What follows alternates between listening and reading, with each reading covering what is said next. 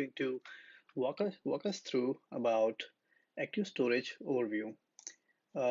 This particular gem allows us to attach images or blob storage in our choice of storage. For example, it could be a local storage as well as AWS or any cloud storage.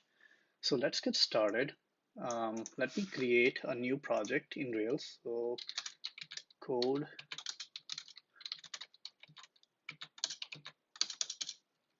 cd Rails.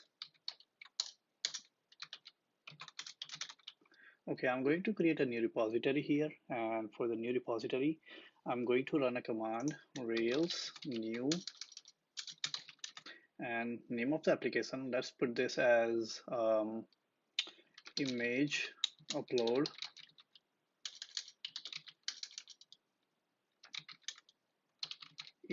test, and then this is going to be API only, and we are going to use database Postgres.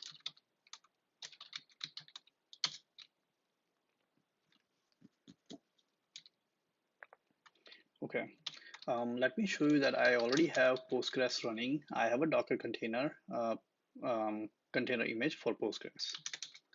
So as you can see here, I have basically Postgres and latest version of the Postgres, and it is running since 40 minutes. It is exposed to localhost port number 5432 and transferring the TCP at 5432 as well. And I just gave it a name to it.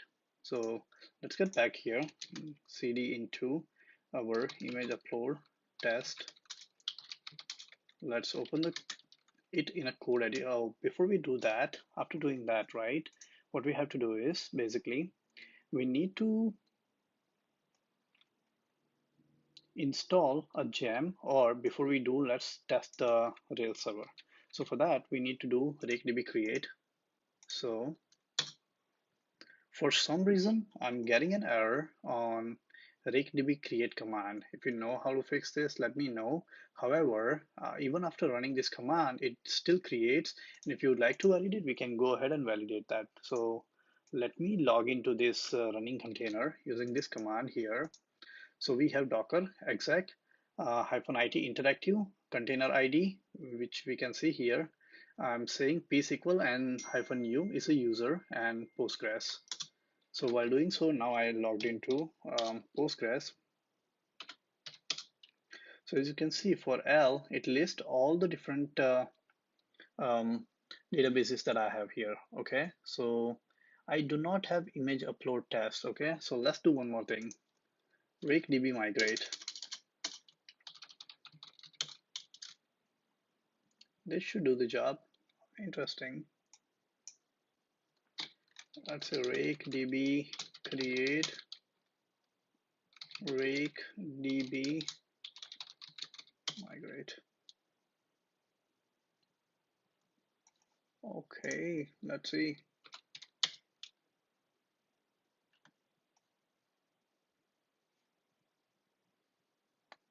Interesting.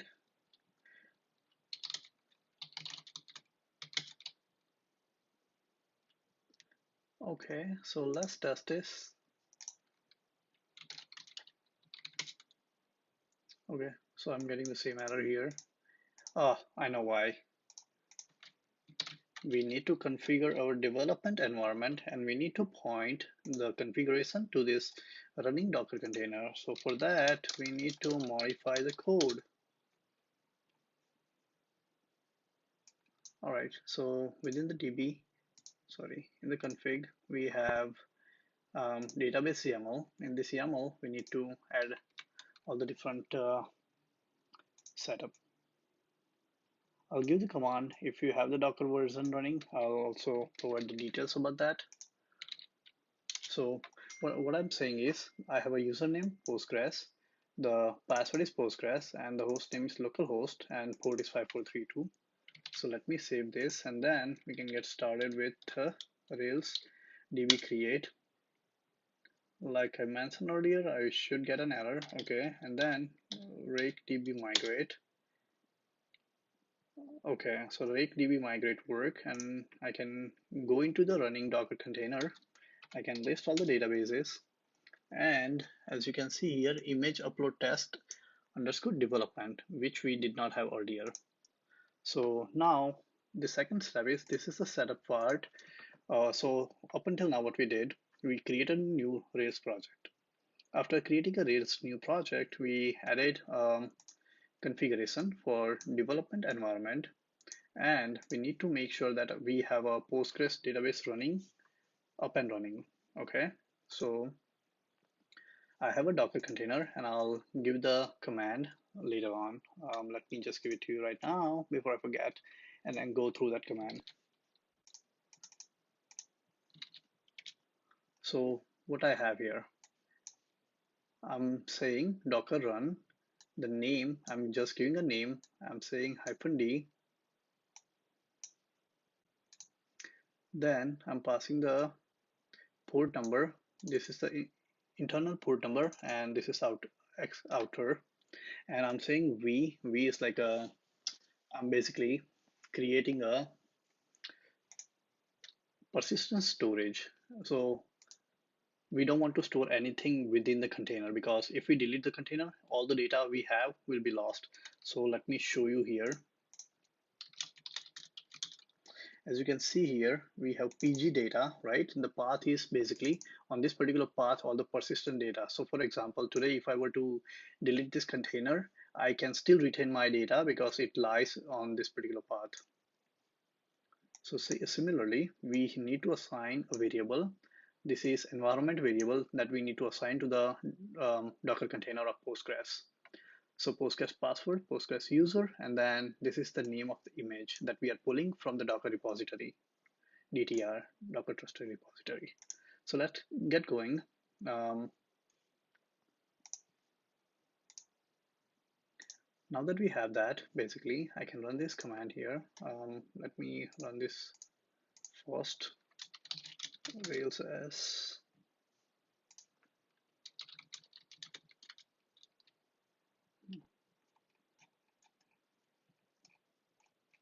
Okay, I'm in different folder.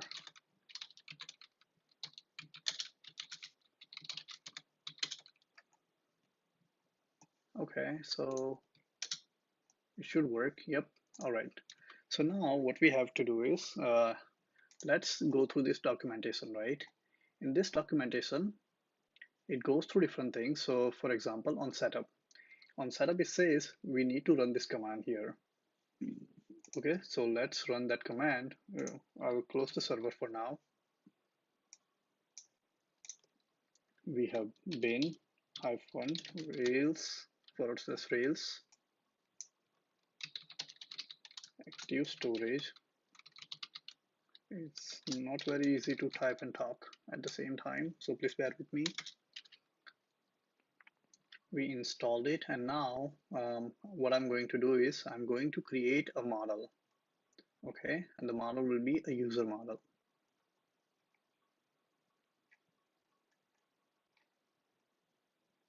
So you can see here attaching files to records. There are two different ways. If you want to attach only one image to a particular object, for example, a user can have a one profile picture at one time, at a given time. But let's say you have a Instagram account. An Instagram account of a person has so many images. Okay, something similar to that. So let's get going. For this purpose of the demo, I'm going to have has one attach. Okay, so Rails G scaffold user, U has to be capital, and then field name, data type, then let's say picture, and then we can call it attachment. As you can see on the right hand side here, model, user, avatar. Avatar is the field name and attachment is the data type. Okay, so let's do this. Now we have two different things created. We have installed the gem and we need to do a migration. So let's do rake db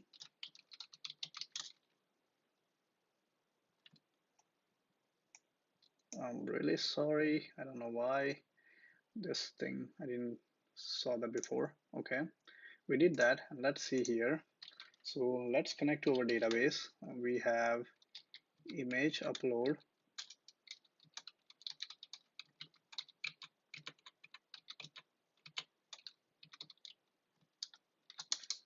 You know what? I'm just gonna copy.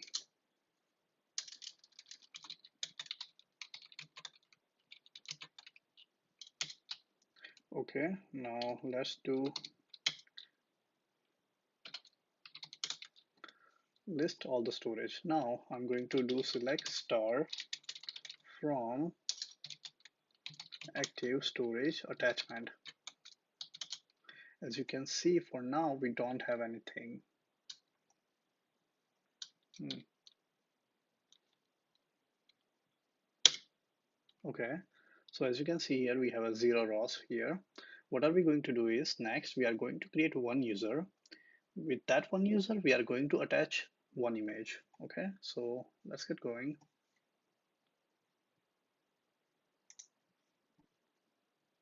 So before we move on, we need to create two folders here.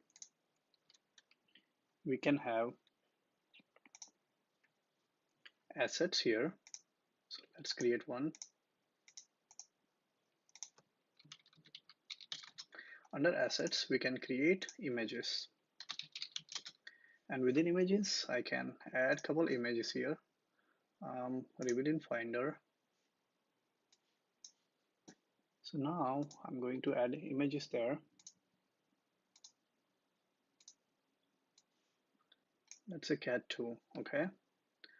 First step is done. We added images here. Now the second part is we need to have under DB database, under DB, we have seats.rb. Within seats.rb, we are going to basically have our command where we want to upload this image. Since we have only created this API, we need to basically go through this route in order to upload the images. So I can say cat2 here because we have cat2 right on the images, cat2.jpg, and we have file name cat2.jpg here. Okay, user first, but before we move to first, we need to create the first user, right? We don't have any users here, so select star from users. We don't have any user here, so let's create a user using Postman. I put my name here. This is from earlier where I was testing, so it might not exist here, but let's start the server. After starting the server, we can basically send this object where we have JSON object. We received ID created one. You can see here, name is this, created at and all. And now we can run the same command here. We have object created, but if we go to one above attachment, we don't have any attachment. So let's run our c.rb file by rake using rake command. So let me open one more shell tab. So rake db seed. Okay, it seems like it worked. We didn't get any message here, but we can do this. As you can see now, we have ID1 of this particular name of the field is picture associated. Record type is associated to our user object. The ID of ID associated blob ID. This record ID maps to this user. You can read more about it on basically active storage overview. The other thing that I would like to put a little bit more time on is basically how to set up for S3, right? In order to set up for S3, Amazon S3 bucket is pretty straightforward. In my next video, I'm going to cover on how to create and attach. Thank you for watching my video.